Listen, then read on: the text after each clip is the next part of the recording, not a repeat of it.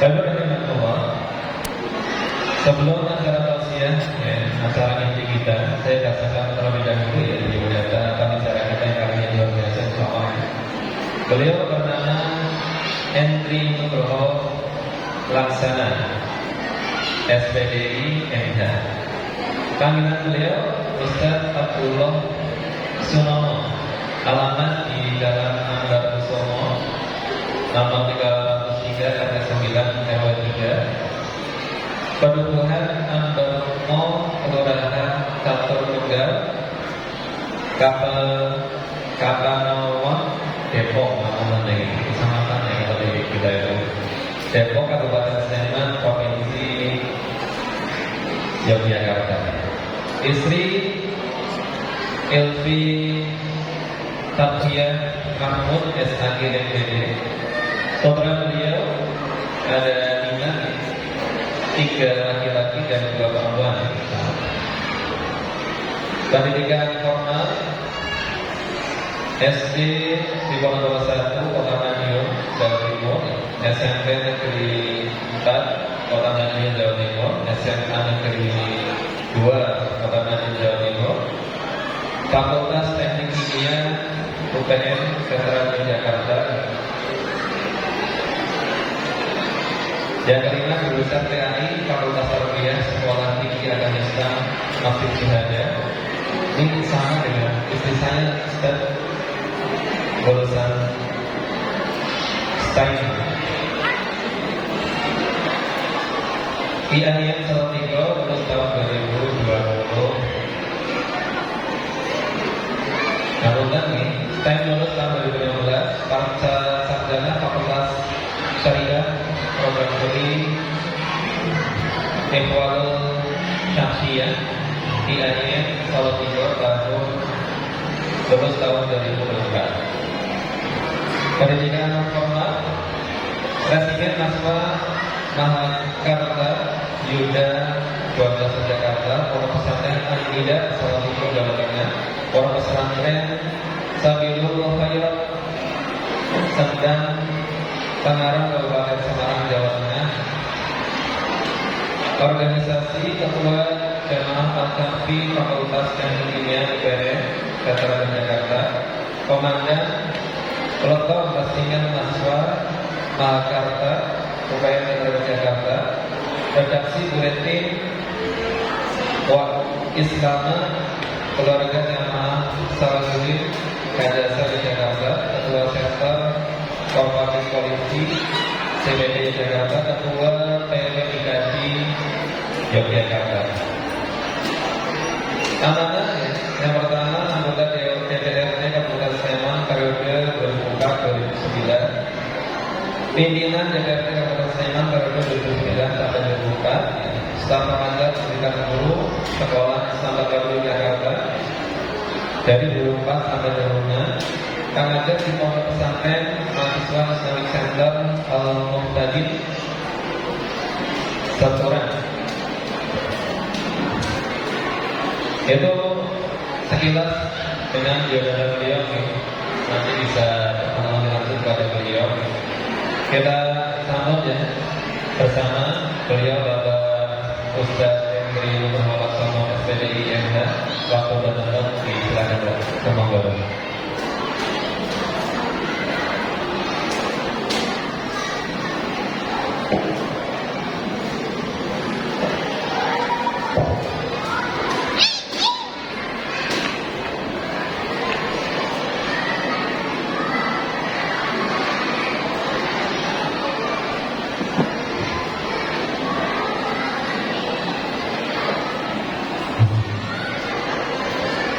Assalamualaikum warahmatullahi wabarakatuh. Waalaikumsalam warahmatullahi wabarakatuh. Alhamdulillah alladzi khatama lana 'ala siyam wa 'ana fihi 'ala al-qiyam wa khatamahu lana biyawmin huwa min ajril ayyam. Asyhadu an la ilaha illallah وحده لا شريك له الواحد الأحد أهل الفضل والإنعام وأشهد أن محمدا عبده ورسوله إلى جميع الأنام اللهم صل على نبينا وسيدنا محمد وعلى آله وصحبه وسلم. Yang kami hormati Pembina Yayasan Al-Hikmah Sempor, yang kami hormati Ketua Yayasan Al-Hikmah Sempor, juga pengurus Yayasan Al-Hikmah Sempor, Bapak Camat Sempor, dan juga Bapak Kepala Desa Selokerto yang mewakili, Bapak Ibu pengawas SD, penilik TK dan SD, penilik PAUD, juga para donatur Yayasan Al-Hikmah Sempor, juga wali santri, wali murid Yayasan Al-Hikmah Sempor, wabil khusus Ustaz, Ustazah SDIP Al-Hikmah di Kecamatan Sempor, Kabupaten Kebumen. Saya punya beberapa pantun. Nanti sampai selesai pantun terus saja ya. Pantun yang pertama, burung merpati, burung kenari. Masuk kandang tali dikunci. Selamat Hari Raya Idul Fitri. Semoga kita kembali suci. Ada satu pantun bahasa Jawa yang diambil dari Yogyakarta dan Surabaya, sehingga logatnya beda. Kalau sana O sini A, sego dan segala. Tapi nggak apa-apa saya sampaikan. Melaku-melaku ning Malioboro. Parang kritis ombak segoro. Sugeng riyadi panjenengan sedaya. Sagung kalepatan nyuwun timangkapura. Tahu artinya ya? Alhamdulillah pada hari ini kita bisa dipertemukan Allah Subhanahu wa Ta'ala. Semoga pertemuan kita pada hari ini mendapatkan rahmat, maghfirah, barokah, ridho dari Allah Subhanahu wa Ta'ala. Salawat dan salam kita haturkan kepada uswatun hasanah kita Nabi Allah Muhammad sallallahu alaihi wasallam, kepada para keluarga, para sahabat dan para pengikut beliau ila yaumil qiyamah. Pagi ini saya akan menyampaikan 3 hal. Pertama, Idul Fitri. Yang kedua, Syawalan. Yang ketiga, halal bihalal. Sehingga pengajian ini akan selesai sampai sore nanti. Siap. Yang pertama yang ingin saya sampaikan adalah Idul Fitri. Ketika Rasulullah SAW hijrah dari Makkah ke Madinah, beliau menemukan orang Madinah itu sudah punya 2 hari raya. 2 hari raya itu namanya adalah An-Nairus dan Al-Mahrojah. An-Nairus itu diselenggarakan ketika musim panas tadi, yaitu mengikuti rasi bintang Aries, tanggal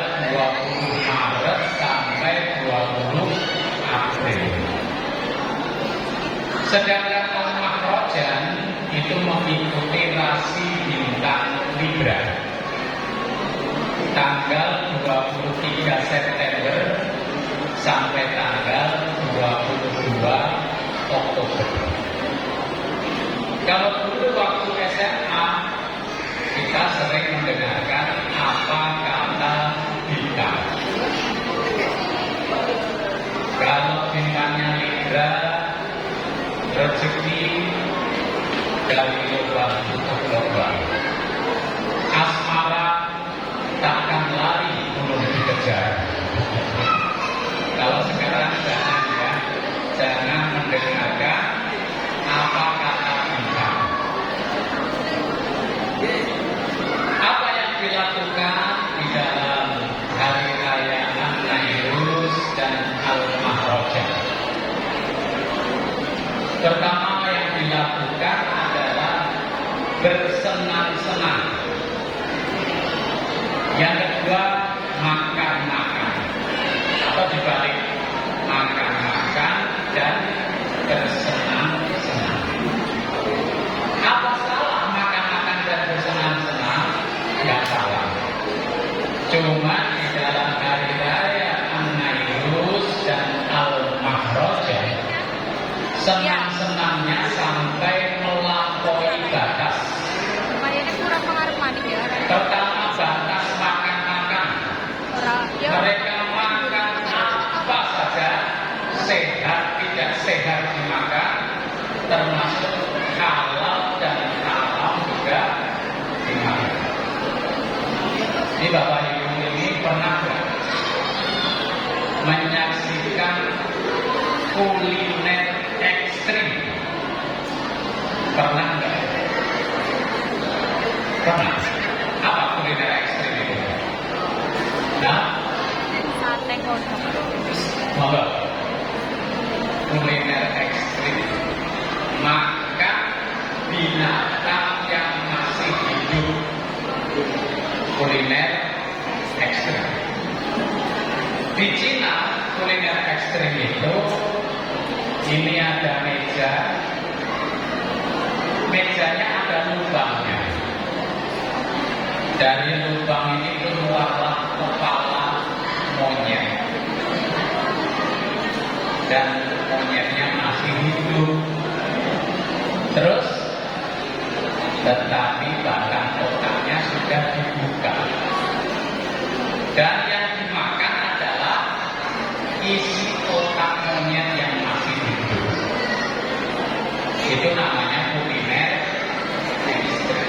Itulah yang dilakukan dalam hari raya Nairuz dan Al-Mahrojan. Kalau di Jogja kuliner ekstrim itu walang goreng Gunung Kidul. Ya. Saya nggak berani makan. Padahal itu lauk yang cocok untuk sego abang Lombok hijau. Sego abang Lombok hijau walang goreng. Teman saya makan. Saya tanya, enak Pak? Oh enak, sih paling cocok ya ini. Katanya itu. Ketika pulang dia bilang, kok tanganku gatel ya. Mulai ya kan. Jadi yang gak cocok akan mengalami gatel-gatel. Sampai di rumah dia WA, tanganku gatel, tak pukul ora iso. Nah itulah walang goreng. Jadi hati-hati kalau makan walang goreng. Dan makan-makannya melebihi batas.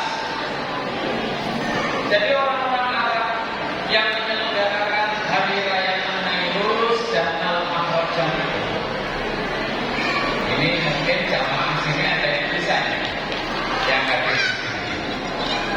Orang saat itu, maaf ya, bisa mengeluarkan kembali apa yang sudah dimakan, tidak lewat bawah, lewat mulut. Kenapa? Karena makanan sangat banyak, enak semua. Jadi mereka makan di situ. Oh, enak kan? Kenyang. Nah yang situ belum, makanya dia keluarkan. Nah, setelah itu makannya di sini kenyang, enak kan? Yang sana belum, maka dia keluarkan.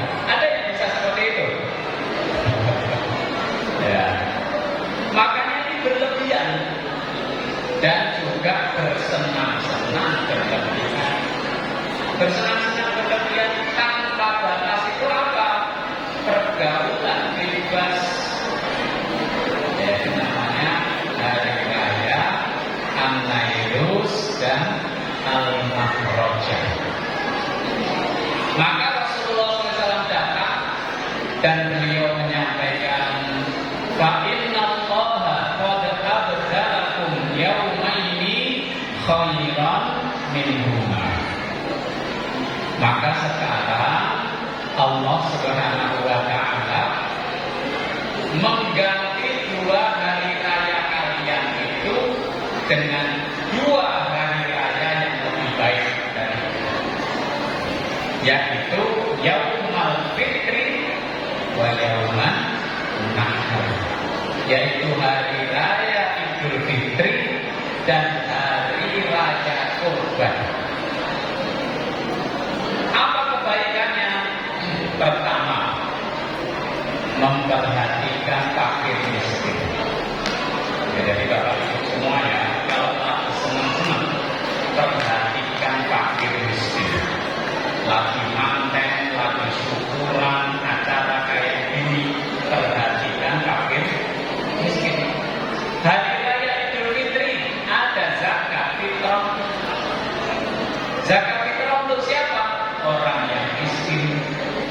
Sehingga Rasulullah menyebut uknuhum aitawa fi hadzal yaum. Ya, penuhi kebutuhan orang miskin itu supaya mereka enggak muter-muter minta-minta hari itu. Ini begitu. Hari raya Kurban ada daging yang dibagikan kepada orang yang miskin. Ya, jadi kalau hari raya Kurban jangan dibagi di antara takdir dan jamaah masjid ya. Loh, gimana Pak? Pedusnya siji. Ya, jadi diutamakan orang yang miskin. Hari raya Idul Fitri, Idul Adha itu lebih baik. Kenapa? Ada syiar agama. Makanya sholatnya di tanah lapang atau di masjid jami semua disunahkan untuk datang. Mohon maaf, ibu-ibu yang berhalangan datang, anak-anak yang belum wajib sholat datang, bahkan si orang niat sholat datang. Siapa itu? Bakul. Bakul maksudnya janjinya begitu boleh. Dia datang. Lalu disunahkan baca takbir, tahmid, tahmid dari rumah. Nah ini yang paling berat, ya kan? Kenapa? Idul Fitri, ketemu fakir, bule, ponakan. Yuk berangkat sholat, mesti ngobrol, ya kan? Iya, mulai kalau saya ini naik ke komen, iya, wah mantap SDIT, alhamdulillah, kan? Padahal sunahnya takbir, tahmid, tahmid. Ya, ini yang paling sulit. Setelah itu pulangnya mencari jalan yang berbeda dengan berangkatnya. Ya, kalau kita berangkat lewat timur, nanti pulangnya lewat barat. Ada yang tanya, Pak, rumah saya itu depan lapangan. Jadi rumahku lapangannya kayaknya sholatnya di situ. Nah terus gimana pulang mencari jalan lain? Muteri lapangan. Kira-kira 7 kali kayak doa ya. Kemudian ada pesan agama khotbah. Ya, ada khotbahnya. Khotbah Idul Fitri, Idul Adha. Jadi itu lebih baik dari hari raya yang 2 tadi. Lebih baik dari An-Nairus dan Al-Mahrojah. Ditambah boleh senang-senang yang tidak berlebihan. Apa senang-senangnya? Selesai sholat Id, Rasulullah SAW pulang ke rumah. Saat itu beliau capek karena sholat Idul Fitri pertama kali itu dilakukan setelah perang Badar.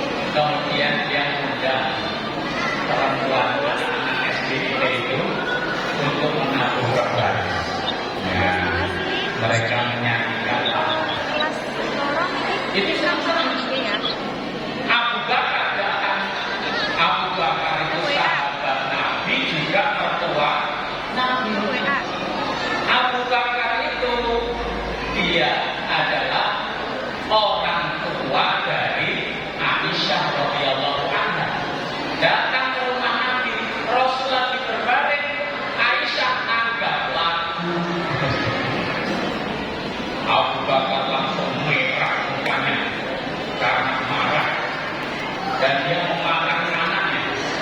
Amazabiru syaitan fi baiti Rasulillah. Apa ada seruling setan di rumahnya Rasulullah? Bagaimana ini? Rasulullah dengar, maka beliau bangun dan kemudian bilang sama Abu Bakar, "Da'huma ya Abu Bakar." Biarkan mereka Abu Bakar, rasa diganggu. Kenapa? Inna likulli qaumin 'idah. Sesungguhnya setiap kaum itu punya hari raya. Wa inna 'idana hadzal yaum. Dan hari raya kita hari ini. Sehingga Ibnu Hajar al-Asqalani mengatakan idharus fil 'id min sya'air, menampakkan kegembiraan di saat hari raya itu termasuk syiar agama. Makanya kalau hari raya itu mesem gitu ya, jangan manut walaupun nggak ada THR. Kenapa? Nah, itu syiar agama kok mesem. Selesai sholat id, sahabat berjabat tangan, kemudian mengucapkan taqabbalallahu minna wa minkum. Taqabbal ya karim. Artinya apa? Semoga Allah menerima amalan kami dan amalan kalian semuanya. Itu ada hadisnya. Tetapi ternyata ditambah karena selesai puasa Ramadan, maka ditambah siyamana wa siyama.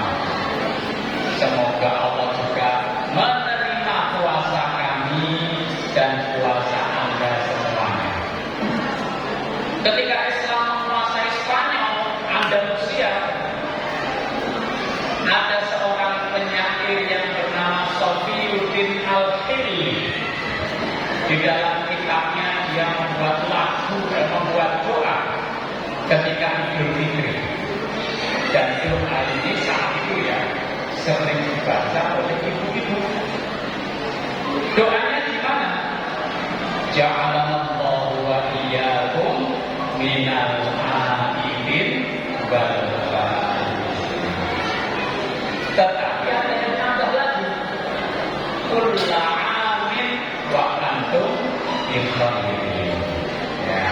Kalau ja'alallahu wa iyyakum minal aidin wal faiz, artinya adalah semoga Allah menjadikan kita semua sebagai orang yang kembali kemana?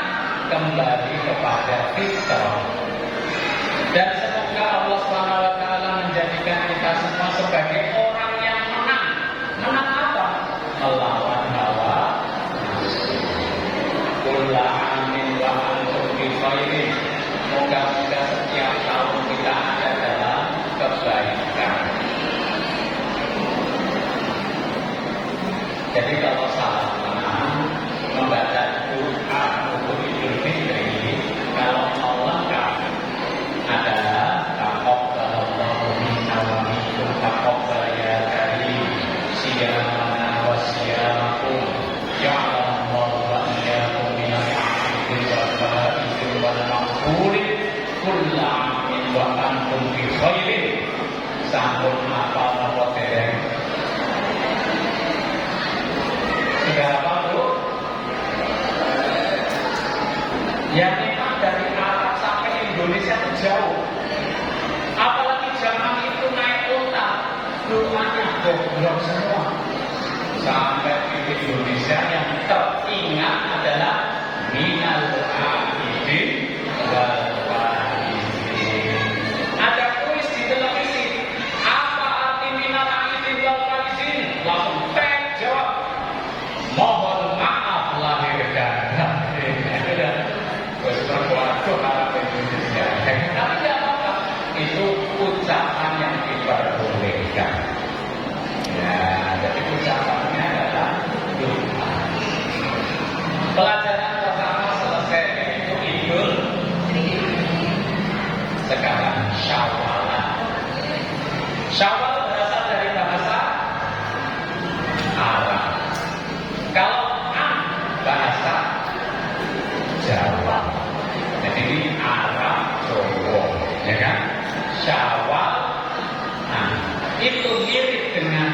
Yasin jadi Yasin. Nah, tahlil Jumat Syawal berarti harus ada subuhan. Nah, gitu ya. Jadi kalau ada bahasa Arab kok belakangnya an, harus ada subuhan. Alhamdulillah sudah ada. Dan kalau ada pengajian itu wajib subuhan. Kenapa? Kalau pengajiannya nggak masuk, subuhannya sudah masuk. Nanti kalau ditanya orang rumah, gimana pengajiannya? Masuk semua, masuk semuanya. Maksudnya semuanya. Syawalan itu yang membiasakan tradisi syawalan itu dari literatur yang ada adalah Sunan Kali. Lambangnya kupat, ini ada kupat. Ini makan kupat. Kupat itu sudah ada di dalam kitab sastra pra-Islam di Jawa, yaitu di Kerajaan Kediri. Di dalam kitab apa? Kitab Kakawin Ramayana, kitab Kakawin Krisnayana, kitab Kakawin Sembadawiwaha. Di sana sudah ada kupat. Makna kupat dalam kitab itu artinya apa? Yaitu persembahan kepada Dewi Kesuburan. Siapa Dewi Kesuburan? Dewi Sri. Anda saya namanya Sri. Yang Sri itu tidak pernah bayi. Kalau Pak Toyib jarang pulang. Dan orang zaman dulu kupat itu juga dipakai untuk tolak bala. Makanya orang zaman dulu kupat itu dipasang di tengah, pintu depan pasang kupat, pintu tengahnya pasang kupat. Untuk apa? Tolak bala. Abad 15 Sunan Kalijaga membuat tradisi baru. Tanggal 1 Syawal itu namanya bodo besar. Setelah itu 6 hari puasa Syawal. Setelah puasa Syawal bodo meneh, namanya bodo cilik atau bodo kupat. Apakah itu persembahan pada Dewi Sri? Enggak. Kupat itu maknanya menurut beliau adalah ngaku lepat.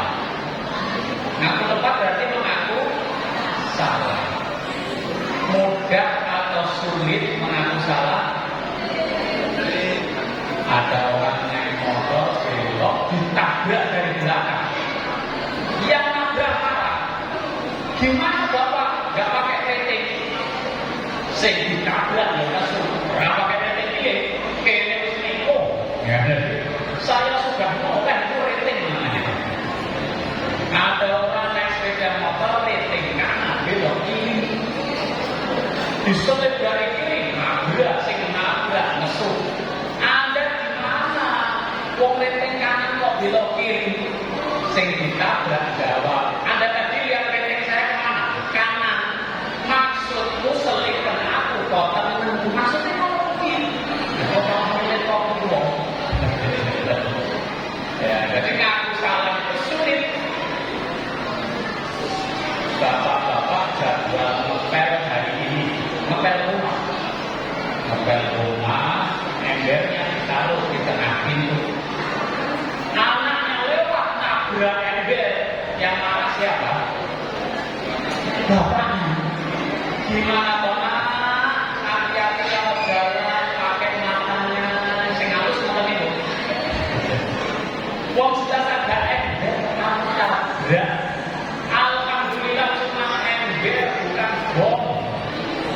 Besoknya ganti anaknya ngepel.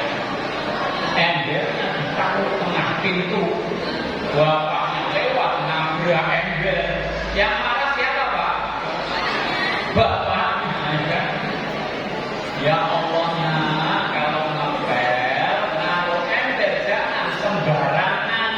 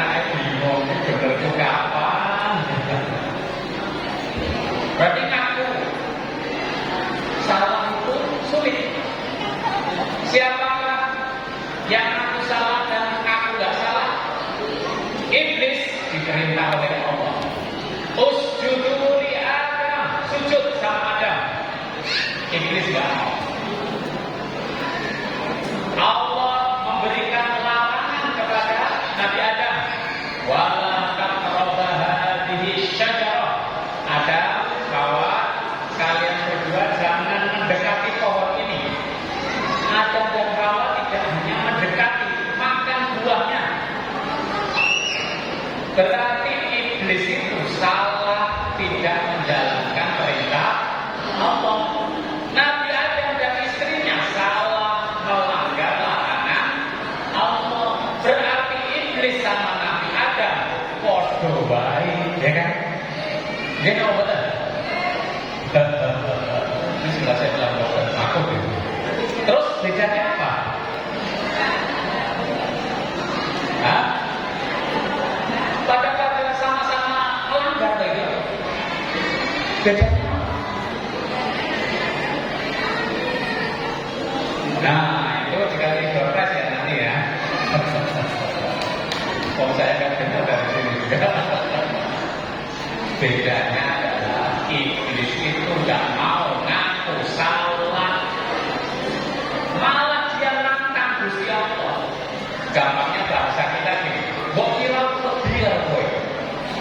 Iblis itu. Sekarang banyak orang gitu loh. Orang minum miras, deleke, mau wangi kok arah. Jadi, kalau salah kita malah terjadi, ya kan? Sementara Nabi Adam dan istrinya mengaku salah. Mengaku salah siap dihukum. Apa pengakuannya?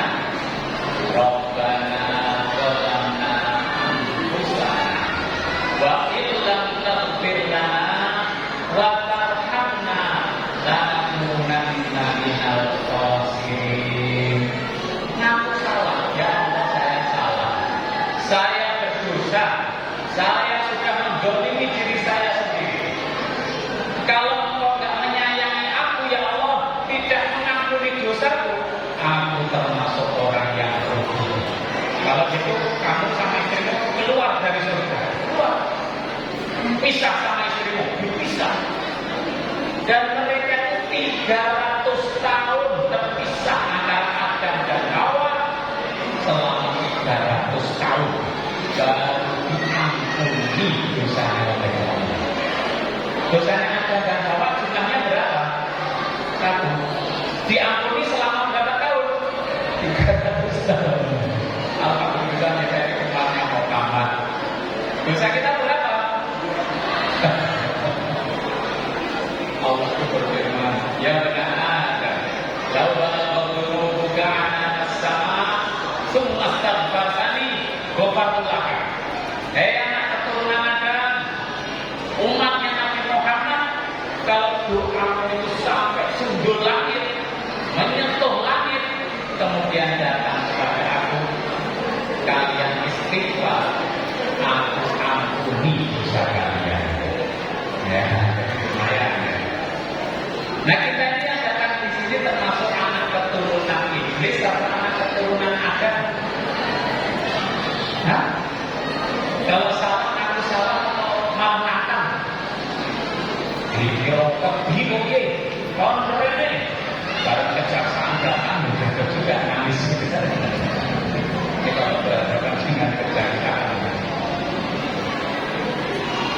Nah kalau kita sebagai umatnya Nabi Muhammad SAW diajari oleh Sunan Kalijogo ngaku lepat. Makanya tadi Bapak Ketua komite mengatakan upat duduk sangka pulau lepat nyuwun pangapunten. Sehingga sambelnya sambel kulit sama sambel api. Artinya kalau minta maaf jangan hanya kulitnya, masukkan ke dalam hati. Disimbolkan upat itu di dalamnya beras. Beras itu nafsu manusia yang tidak terkendali. Kon ngaku salah ya ora gelem, kon ngekeni ngapura ya ora gelem. Tetapi beras upat itu dikendalikan oleh janur. Janur itu namanya Janur, datangnya cahaya minal zulumati ilan nur. Jadi nafsu ini nafsu tetapi mengikuti petunjuk Allah, mengaku salah dan memberi maaf.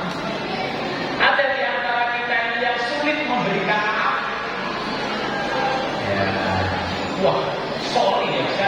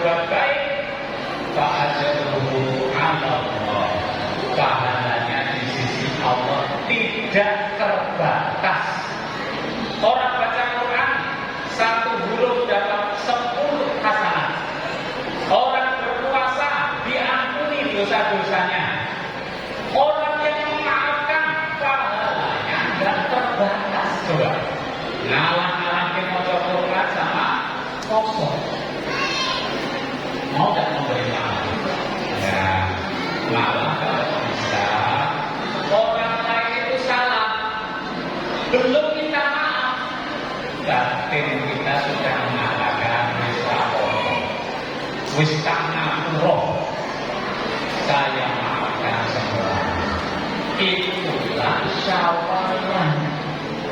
Ya, makanya abad ke 16 Masehi kerajaan Banten itu kalau Idul Fitri itu keluarga kerajaan pakai baju putih, baju baru warna putih. Itu ditulis dalam sejarah nasional Indonesia yang ditulis oleh Marwati Junet Pusponegoro dan Nugroho Niti Susanto. Ya, jadi kerajaan Banten itu kalau Idul Fitri pakai baju baru warna putih. Saat itu kalau menjelang Lebaran, petani nelayan berhenti kerja menjadi penjahit dadakan. Untuk apa? Menjahitkan baju untuk masyarakat. Masyarakat lainnya menjahit baju baru putih sebagai lambang kembali suci, kembali bersih, membuka lembaran baru dalam hidupnya. Nah, di sini kalau lebaran pakai baju baru enggak? Warnanya apa? Hah? Batik? Sedangkan di kerajaan, bukan kerajaan itu ya, Mangkunegara di Solo. Itu kan Gusti Pangeran Adipati Aryo pertama, Mangkunegara I, itu dikenal juga dengan gelar Pangeran Sambernyowo. Kalau lebaran, seluruh orang istana, raja, istri, anak, kerabat, punggawa, abdi dalem, semuanya kumpul sungkem-sungkeman. Tradisi ini kemudian jadi tradisi sungkeman hari raya Idul Fitri. Kalau Mojopahit sebelum datangnya Islam, Mojopahit itu kerajaan sak Nusantara. Jadi petugas-petugasnya ada di luar Jawa, di luar kota. Ketika hari besar, mereka mudik. Dan mudik itu jadi tradisi Muslim ketika Lebaran. Ya, cuma ada 3 yang ingin saya jadikan catatan ya. Pertama, kita itu mungkin ketemu orang yang kita kadang tidak kenal, yang jelas tidak pernah bergaul selama setahun. Ini malah jalur ngatur. Kadang-kadang kita nggak kenal. Saya tanya sama istri saya, ini sopo itu? Ini pernahnya simbahe, ini bule, canggahe Pak Lemu, sopo itu? Habis itu kita maafnya lama. Kalau ikan sepisan silaturahmi, ingkang pokok kali ngaturaken sugeng riyadi, ingkang pokok tiga nyuwun pangapunten sedaya kalebatan kawula, ingkang pokok papat nyuwun tambahi donga pangestu, ingkang pokok 5 nyuwun THR. Nanti jawabannya lebih panjang. Ya akhir wong-wong padha-padha sing apik iki muga-muga bisa ditampa resik dosaku ya dosamu. Kalau kita nggak segera, amin. Kurang ajar. Lah yang itu kita kembali ke Kebumen, kembali di sekolah, ketemu tetangga malah nggak minta maaf. Padahal dosanya kayak ekonomi. Yang kedua yang nggak benar, kita ada orang Jawa minta maaf dan memberi maaf menunggu lebaran. Ya, saya minta maaf ya Pak. Kenapa? Engkau bodoh. Setelah lebaran saya minta maaf ya Pak. Ya, tapi dosamu terlalu banyak sama saya. Lebaran ini baru lebur 1/4. Terus besok lebaran depan baru 2/4. Jadi minta maaf itu sebiasa. Yang ketiga, lebaran jadi ajang pamer. Jadi mendekati lebaran mau mudik kredit mobil, ya kan? Pulang di mobilannya plat abang. Hebat ini yo, ya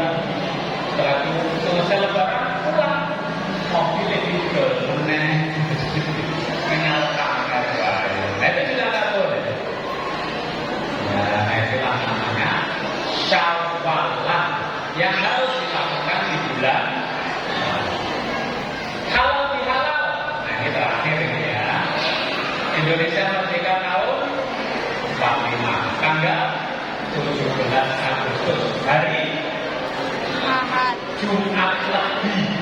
Ya. Kalau Indonesia itu merdeka Jumat Kliwon, memedeni. Jadi borok. Kita mau juga Jumat Kliwon. Nah, Jumat Legi dari orang Jawa itu apik. Bertepatan tanggal 9 Ramadan tahun 1364 Hijriah. Ini nanti kalau saya kasih pertanyaan yang bisa jawab, minta door prize sama MC. Hadiahnya apa? Kelapa. Ya. Yang ada di depan. Pertanyaannya, negara mana yang mengakui kemerdekaan Indonesia pertama kali? Hah?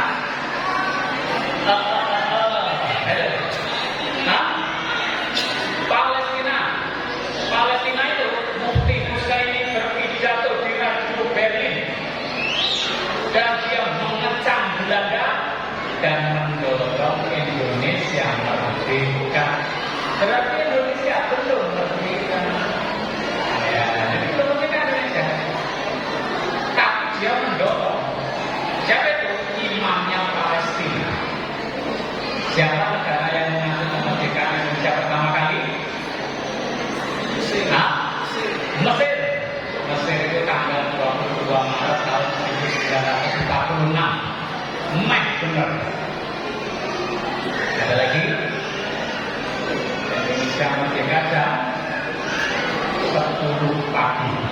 Dulu 2 orang menuju Masjid Kauman Yogyakarta, Sultan Hamengkubuwono IX dan Pakualam 10, dan mengakui kemerdekaan Indonesia. Saat itu Yogyakarta belum bergabung dengan NKRI. Kalau ditanya negara mana yang mengakui kemerdekaan Indonesia pertama? Negara Yogyakarta. Nanti bulan September baru mengakui kemerdekaan. Setelah Indonesia merdeka, Belanda sama Inggris datang di Jakarta. Ditambah Jepang belum pergi, laskar-laskar masih berkeliaran bawa senjata, sehingga Jakarta tidak aman. Berkali-kali isu Soekarno mau menculik. Maka bulan Januari tanggal 246 tahun 1946, Sultan Hamengkubuwono IX mengirim kurir ke Jakarta, menyampaikan kepada Presiden Soekarno ibu kota dipindah ke Yogyakarta. Tidak mau. Soekarno setuju. Tanggal 3 Januari 1946, semua tokoh disuruh kumpul di Jalan Pegangsaan Timur. Kita hijrah ke Jogja. Lupa apa? Kalau naik mobil di perempatan situ sudah ada Belanda. Perempatan sana Jepang, sana laskar-laskar Jerman. Terus mau naik apa?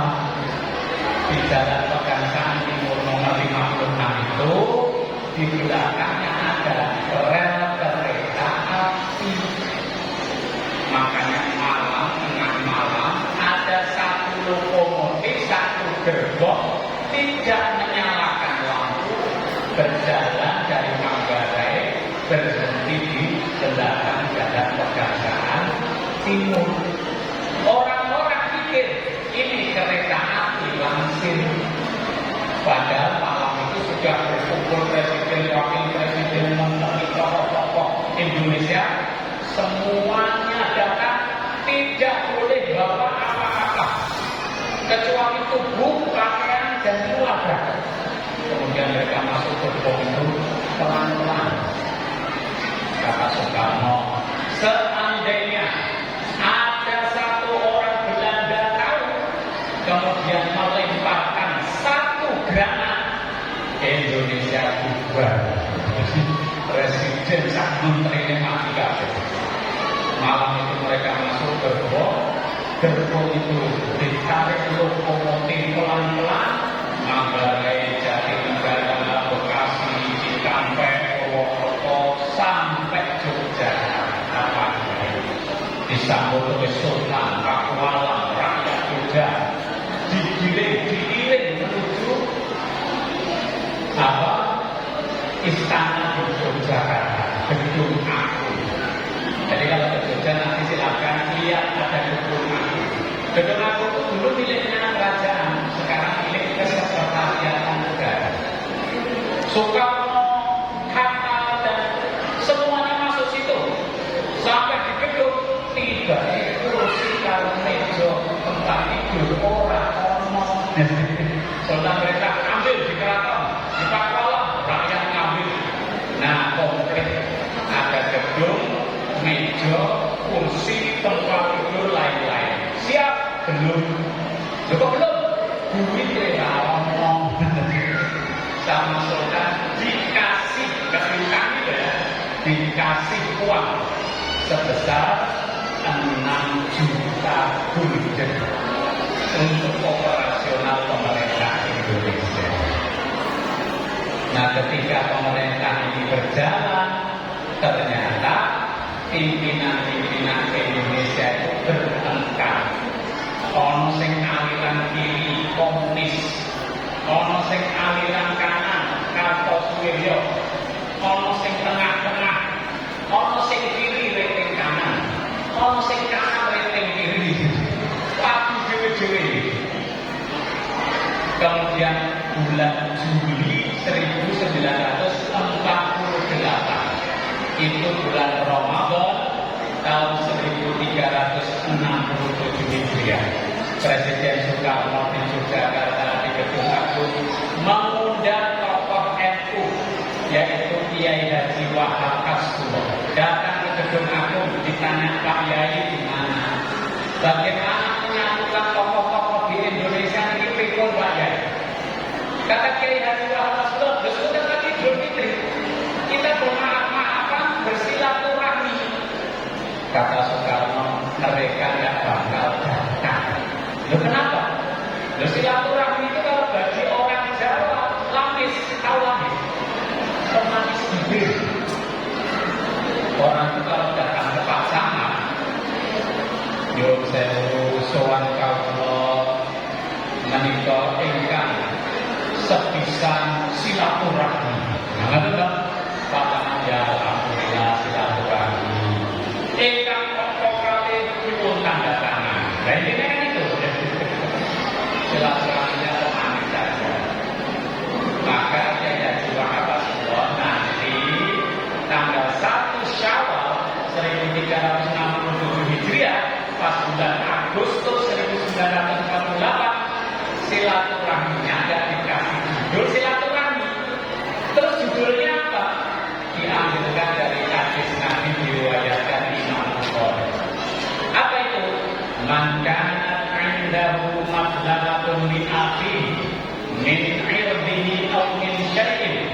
Barang siapa yang pernah berbuat salah kepada temannya menyangkut kehormatan temannya atau yang lainnya, falyatahallahu itu, maka segeralah minta dihalalkan. Makanya judulnya jadi halal bihalal, yaitu kita berbuat salah dan minta dihalalkan. Dihalalkan itu dalam bahasa Arab artinya minta ridho, minta diikhlaskan. Saya salah, diikhlaskan ya. Ya, makanya judulnya halal bihalal.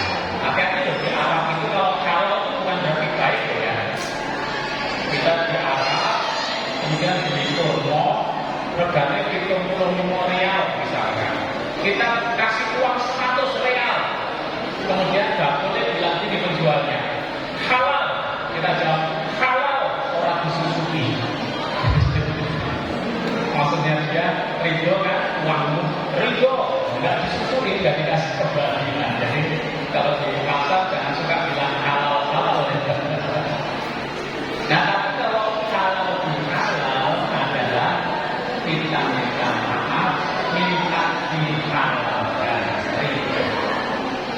Nah ternyata benar pas lebaran di Gedung Agung, tokoh-tokoh datang banyak. Soekarno senang. Di antara alasan datangnya tokoh-tokoh itu adalah janjane halal bihalal itu apa? Ya, penasaran. Kalau judul halal bihalal, maka halal bihalal itu pertama kali terjadi tahun 48. Setelah itu Soekarno memerintahkan gubernur, bupati, wali kota sampai RT selenggarakan halal bihalal. Kiai Haji Muhammad Sulot menyerukan pada ormas-ormas untuk menyelenggarakan halal bihalal, yaitu saling memaafkan. Kalau syawalan harus dilakukan di bulan Syawal. Kalau halal bihalal Dzulhijjah boleh. Jadi kalau nek setelah judulnya jangan syawalan, halal bihalal. Di bulan apa? Muharram. Halal bihalal. Nah inilah yang bisa saya sampaikan. Ya, sekarang kita memahami apa itu Idul Fitri, apa itu syawalan, dan apa itu halal bihalal. Idul Fitri diselenggarakan oleh umat sedunia. Syawalan wong Jawa.